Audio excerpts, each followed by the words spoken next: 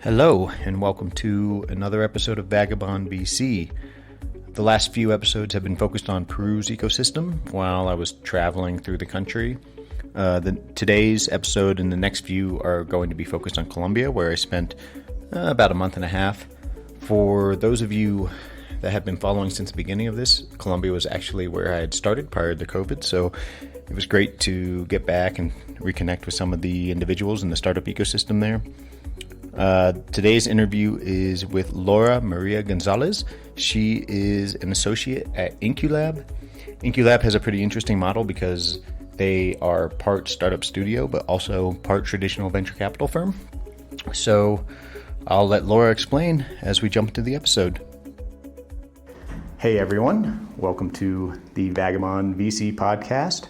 I'm here in Bogota, Colombia, with Laura Maria González. She is a venture capital associate with InQLab. Laura, welcome. Hi, Zeb. Thank you for having me. Yeah, of course. So we're going to dive right in here and we're going to talk about you. What I would like to know is your background, where you got started, and how you got involved in the venture capital and startup ecosystem. Well, I have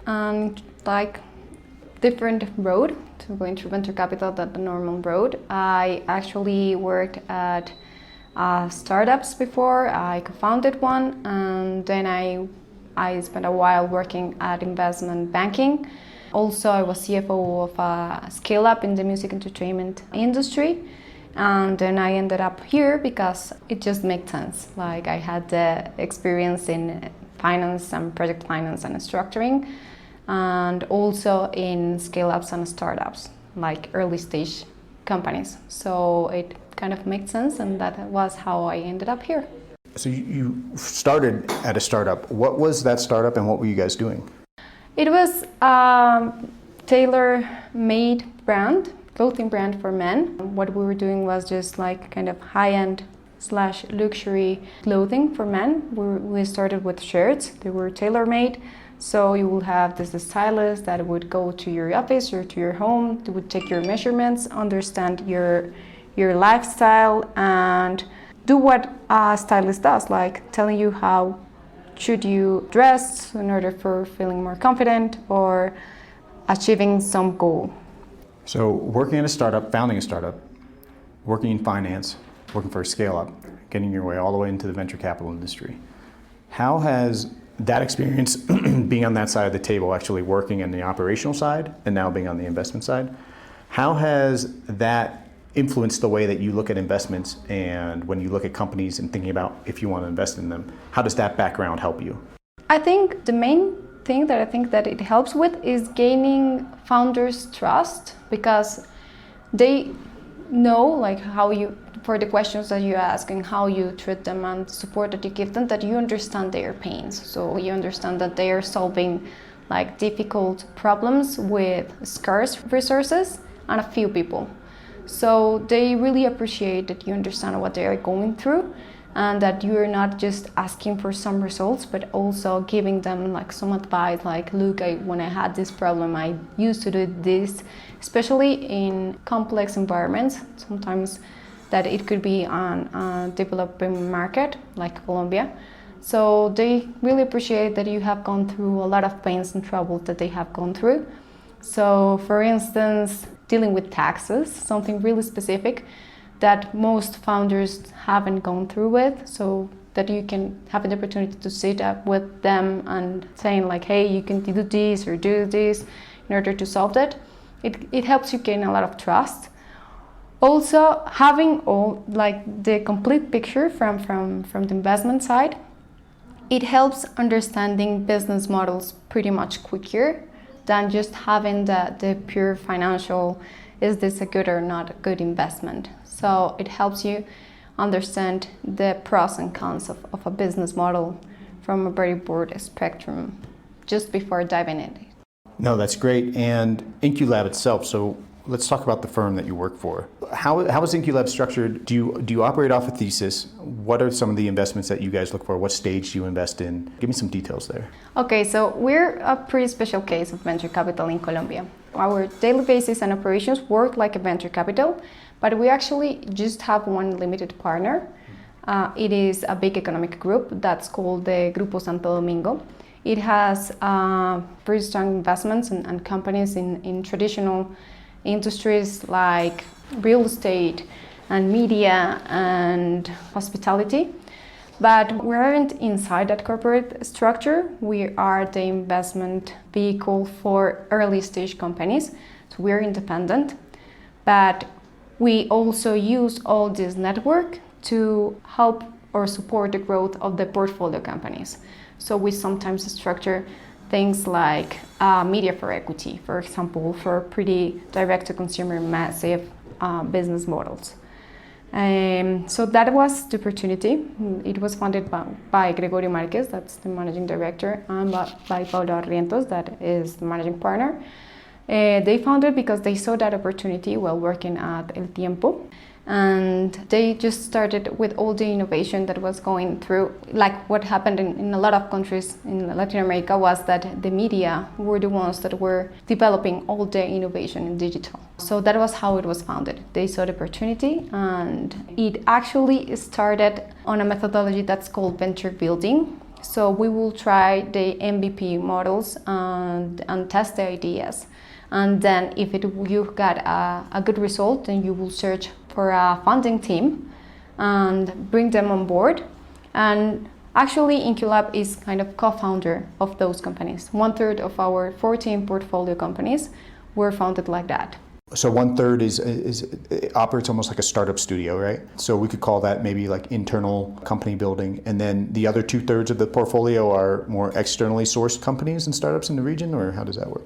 InQLab has been evolved at the same time or same pace that the ecosystem has evolved in Colombia. So it was founded back in 2013-14. So it was just starting. So there weren't that good teams or ventures out there. So that was why the team had to develop them. But with the evolution of the ecosystem, we have been going to not that earlier stages. Right now, our sweet spot is before Series A, just after product market fit. But I can say that also another third was really early stage, so we had to go through all the knowledge curve and all the A/B testing that going on an earlier seed stage implies. But we have gone through not that earlier, more evolved stages like Series A. So now you've gone through and you know what it takes for a company to get to Series A. Yes. And with that knowledge, you say, well, I think we're more comfortable after they've established some revenue and customer. Okay. Yes, after they have tested the thesis at least. And what's deal sourcing like here in Colombia? So if 2/3 of the portfolio are not created in-house, such as we'll call it like the venture studio model, how do you personally go about finding investments here? Okay, so although it has been evolving, especially on a fastest pace the last 2 years, it is not a big ecosystem. I mean, you almost know, at least by name, almost all of the venture capital funds or all the institutional funds or the family offices that also. So talking with them, seeing like, hey, how is your funnel going? Have you seen this project or have you heard about this project? We get a lot of sourcing from investment funds. Also, there are a few spaces. Ruta N is one of them. And Demo Day is also, for example, Rockstar Demo Day is also a good place to search for, especially because Rockstar is more like an accelerator.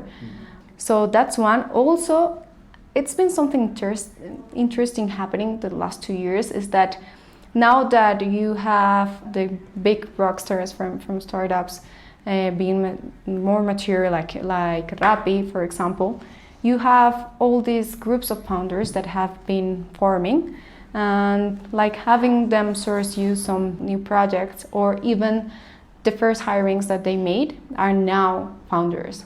So there are a lot of referral interest from founders too. Well, venture is a relationship-based business, isn't it? Totally. So just here, because it's a smaller ecosystem, everyone kind of knows each other, and I guess the deal flow really gets passed around and helped out. And I guess, do you co-invest with a lot of other investors here locally? We do, especially because of how we started. We needed to have external investors to validate the thesis. So we started looking for co-investors in order for them to validate the venture building, corporate building models. And you personally, when you're evaluating a company, what's something that you are looking for in, say, like a founding team or a company that makes you like really want to invest in the company or think it's going to be a success? Well, I think that's the all the times answer is the team, of course. You need a team that is willing to be able to deal with frustration and to knowing that they are not going to have their perfect product or they are not going to be established in the market in the first shot.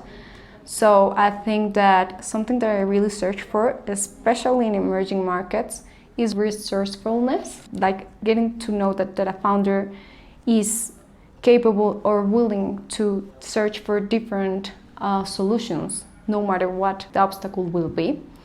And also it depends on the industry, because this feature that I think it's very important for industries that are really breaking ground, for example in fintech, or companies that are really disrupting their industry. Based on that and some of the recent investment you've been doing, is there a portfolio company or maybe a recent investment that you want to highlight that you're excited about? Yes, actually our last investment, we closed it like last week. We haven't even like just announced it.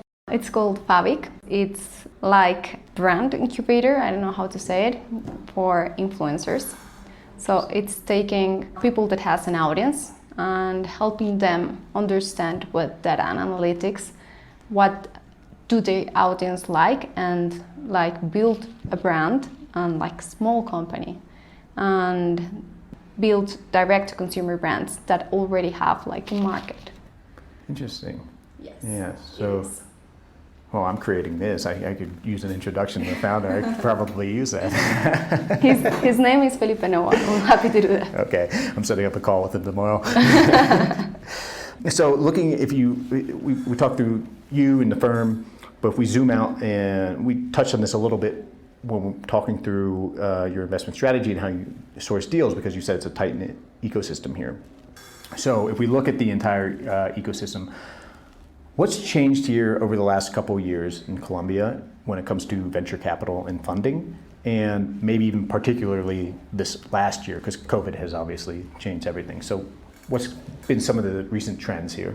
I think before COVID, things were changing in a fastest pace. I remember that if you just look for the instruments that were used for investment, I mean, before talking about convertible notes or safes, it was like Chinese. Now it's like pretty normal, pretty business as usual. I mean, the evolution of the venture capital and of entrepreneurship as an industry, if you can say that, it's been changing like in a fastest pace, especially before COVID, even before COVID. And within COVID, what we saw was that it was very resilient industry. I mean, of course that there were some companies that went out of business, but we were expecting that a lot more of companies went out of business. And instead we have like really big winners. In the last year you just see like a lot of unicorns going through Latam to Mexico especially. And I mean, it was like an eye-opening for especially the traditional investors or the traditional businessmen. The digital transformation of Latin America, it has to be like now.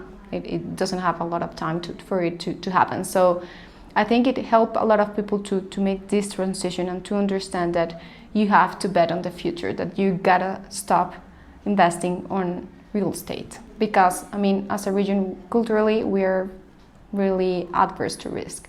So I think it helped out that, and it's a major factor of change. So I think that has been the principal consequence of COVID. It has accelerated the digital transformation of Latin America. When you and I had last met, it's been, I think, 20 months now. Mm-hmm.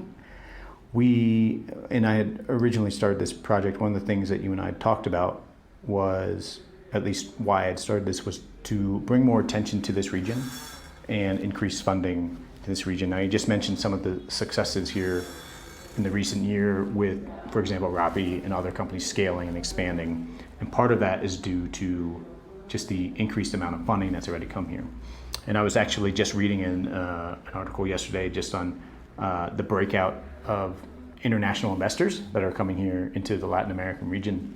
Depending on what report you look at, whether it be LAVCA or PitchBook or CB Insights, there's a different amount of funding. But either way, Latin America has record-breaking funding right now. Yes.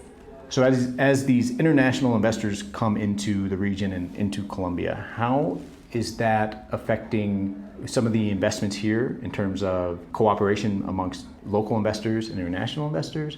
And how is that changing kind of the ecosystem here? Well, definitely the sizes of the rounds have been changing. I mean, I remember that when you were talking with an external investor, you will have to explain that here seed rounds weren't 5 million, they were more smaller, but now you don't have to say that. They're getting bigger and bigger. And I think it has a positive side. It has the positive side that there were what is commonly known like the valley of death. There were like several points in the evolution of a company and of a startup and of a scale-up in which it was difficult to get funding. So after Series B, it was difficult. It is still kind of difficult, but it's getting easier because there is more liquidity in foreign investors. There is more liquidity, they have bigger tickets, they have bigger checks to invest. So it's helping that. I think the valuations have been going up at the same pace.